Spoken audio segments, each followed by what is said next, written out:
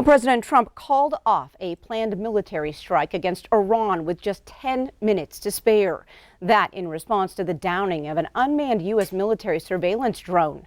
Natalie Brand has the latest from the White House. President Trump tweeted that the U.S. military was cocked and loaded and about to retaliate against Iran for downing an unmanned surveillance drone.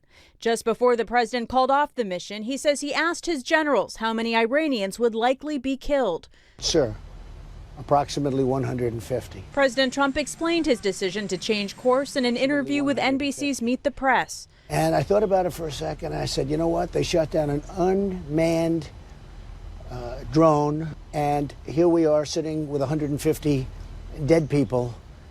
That would have taken place probably within a half an hour after I said go ahead. Yeah.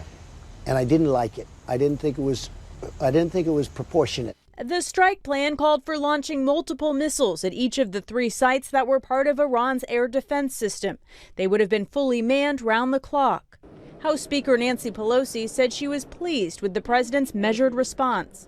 The strike of that amount of collateral damage would be very provocative, and I'm glad the president did not take that. Pentagon officials tell CBS News military retaliation is off for now unless or until Iran targets another U.S. aircraft. Retired Admiral and CBS News consultant Sandy Winnefeld says Iran should not be allowed to act with impunity.